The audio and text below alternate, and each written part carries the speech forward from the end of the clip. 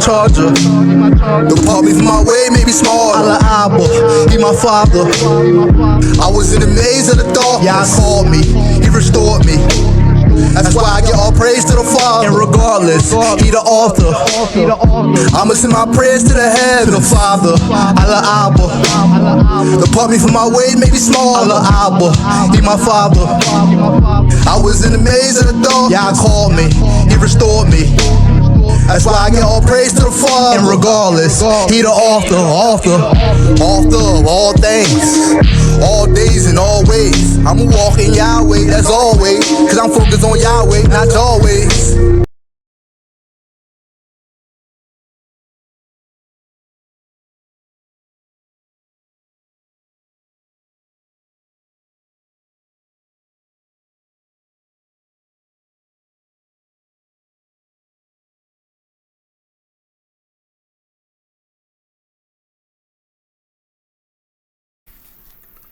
All praise El Shaddai, Elohim, and Yahashua HaMashiach. May all praise and all glory go to the Father. Welcome back to One Deity. Let's get right into it. Happy pre-Pesach to you. I pray you have a good Passover night, and I pray the Father be with you with each and everything that you do. As we approach Pesach, an hours to dwindle away before we pay honor with our Passover feast and our Passover sacrifice, it is important that we are in the Passover spirit, in truth and in spirit, in all things. And in doing so, we'll adopt the Passover spirit of the Father who initiated these events, and the spirit of our ancestors who witnessed and rejoiced in these magical events brought forth by the hands of the Father on this holy day. It was the month of Passover, the month of spring, the month of the spring barley, the month of Apttmh, that the Father brought forth this outrageous miracle, these never seen before events, these wonders that testify to his long sovereignty and power. But that's why we rejoice in this Passover story, for he did it in the month of Apttmh, the month that symbolized freshness, renewal, a new start, a new beginning.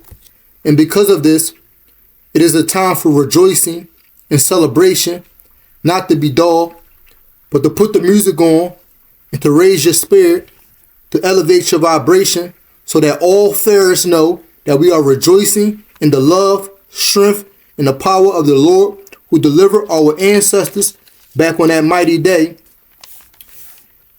Yes, it was the Lord who passed over us and spared his nation, his children, the tribe of his inheritance, on that holy night known as Pesach. It was by the Father's hand alone that we were saved, not conquered. It was by his strength that we were rescued and not ravaged, delivered unto salvation out of the chains of hopelessness, desperation, slavery, and bondage. We were brought forth from Egypt by the hands of the Father.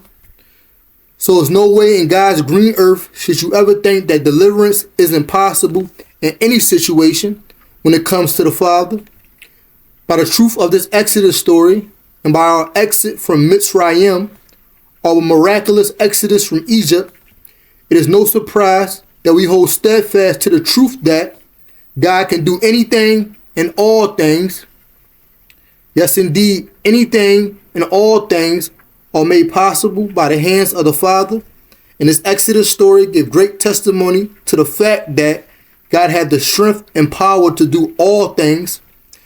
There's nothing too great for God, and life and death both come from the power of his hand. For the Father can give and take away. He builds up as well as he can break down, and delivers as well as he can destroy. The top deliverer, a master of deliverance, who delivers now and forever, who promised everlasting deliverance to those he loved and those who love him and honor his laws, statutes, and commandments to the end of time. It was the Father of deliverance who delivered Pharaoh into his trap of the 10 plagues, broadcasting and displaying his magnificent power while at the same time delivering his chosen people into his arms of salvation. He was also responsible for delivering Pharaoh into his last trap, his final judgment, his final destination, the Sea of Reeds, the Red Sea, where he and his army of chariots could relax, ponder, and partake in their pinnacles of their lake of death. It was Pharaoh's sentence for going against his chosen ones, his covenant and chosen people, and for the sin of pride and hardening his heart to the Father's demands and commands. Pharaoh was righteously delivered by the Father of deliverance into the coils of death, judgment, and punishment to permanently swim in the waters of the sea of no return. It was God who delivered Pharaoh, his last strike, his last blow, and coincidentally, it is the same God of today that can deliver us from anything and all things. For the Father remained the same yesterday, today, and forever, which give testimony to the fact that his power of deliverance is the same yesterday, today, and forever. It was the same power that delivered our ancestors from their ancient bondage, their ancient prison, their ancient slavery, their ancient Egypt. Moreover, the best way we can honor this Passover story, as we are commanded to do, is first and foremost to know it. Yes, know the story, read the story, recite the story, relive and enact the story. By participating in this Passover holy day, you are paying homage to the Father's great power and miraculous events that he brought forward by his great hand on that great night. Relive the story with your lamb and your unleavened bread and your staff in hand if possible.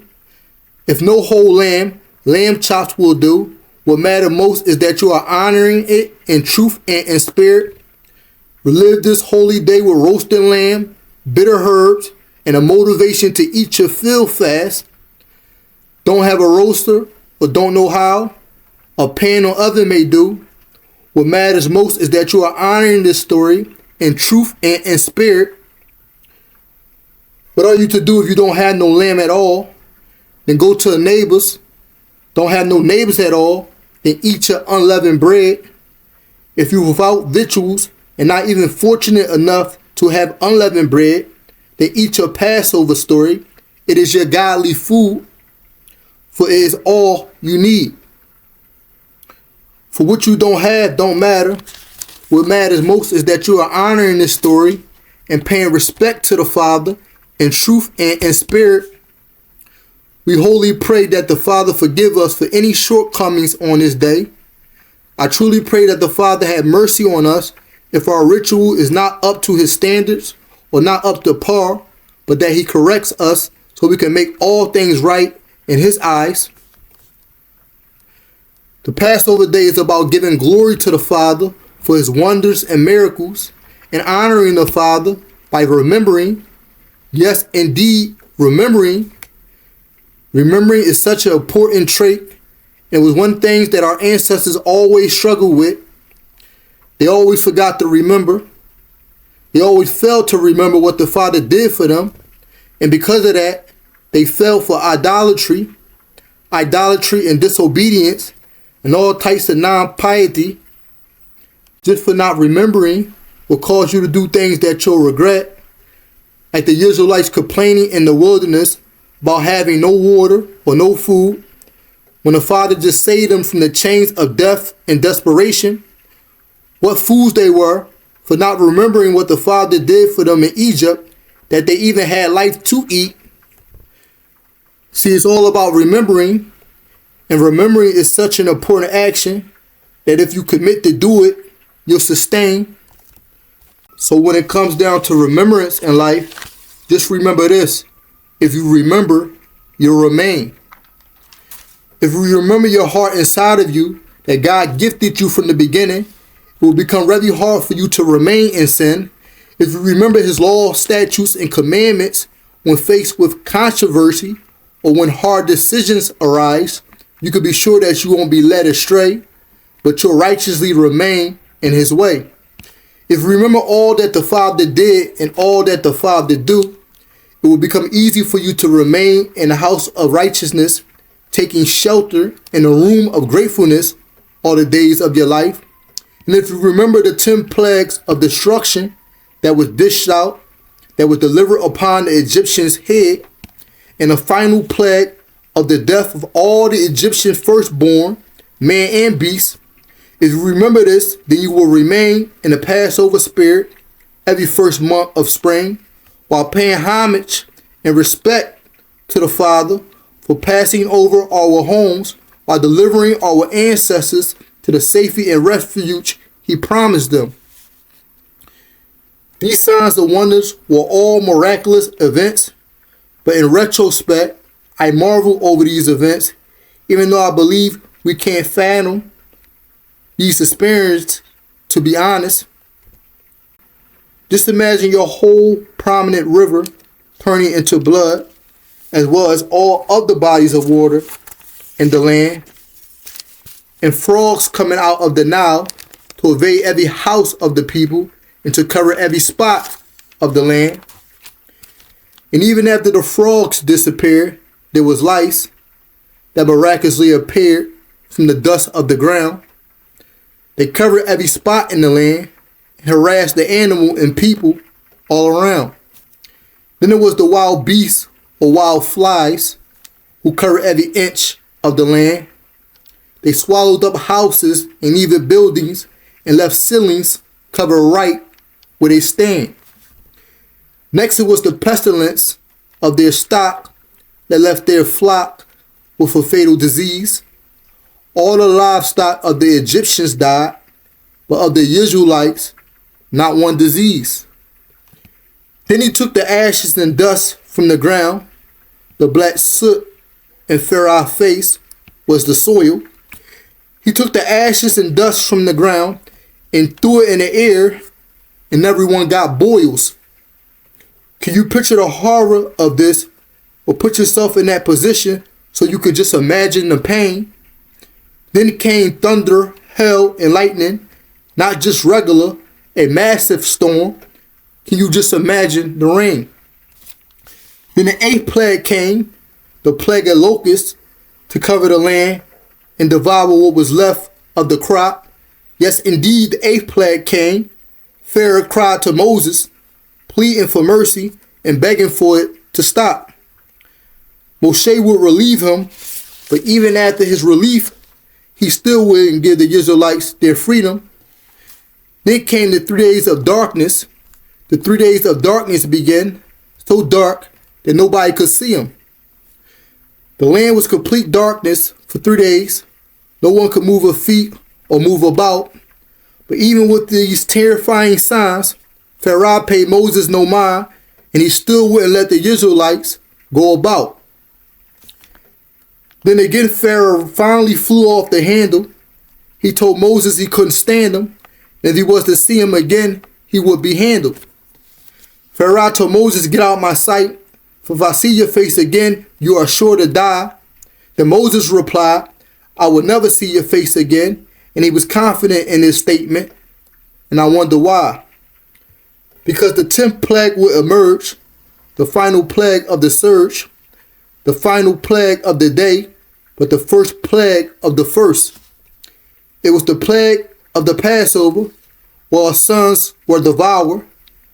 The night he would destroy their firstborn, but he would pass over ours. The night when you heard a mighty cry all through Egypt, all throughout the land. The holy night when he rescued Israel with an outstretched arm and a mighty hand. It was the night of Passover, the night of Pesach. Now Pharaoh could finally understand. It was the night he killed all the Egyptian firstborn, not sparing nobody, beast or man. Happy Passover. And with that being said, all praise El Shaddai, Elohim, and Yahashua HaMashiach, also known as Jesus Christ. May all praise and all glory go to the Father, in the name of the Father, in the name of the Son. Amen. send my praise to the Father. Allah Abba, He my charger. The problems in my way may be small. Allah Abba, He my Father. I was in the maze of the dark. He called me, He restored me. That's why I give all praise to the Father. And regardless, He the author. I'ma send my prayers to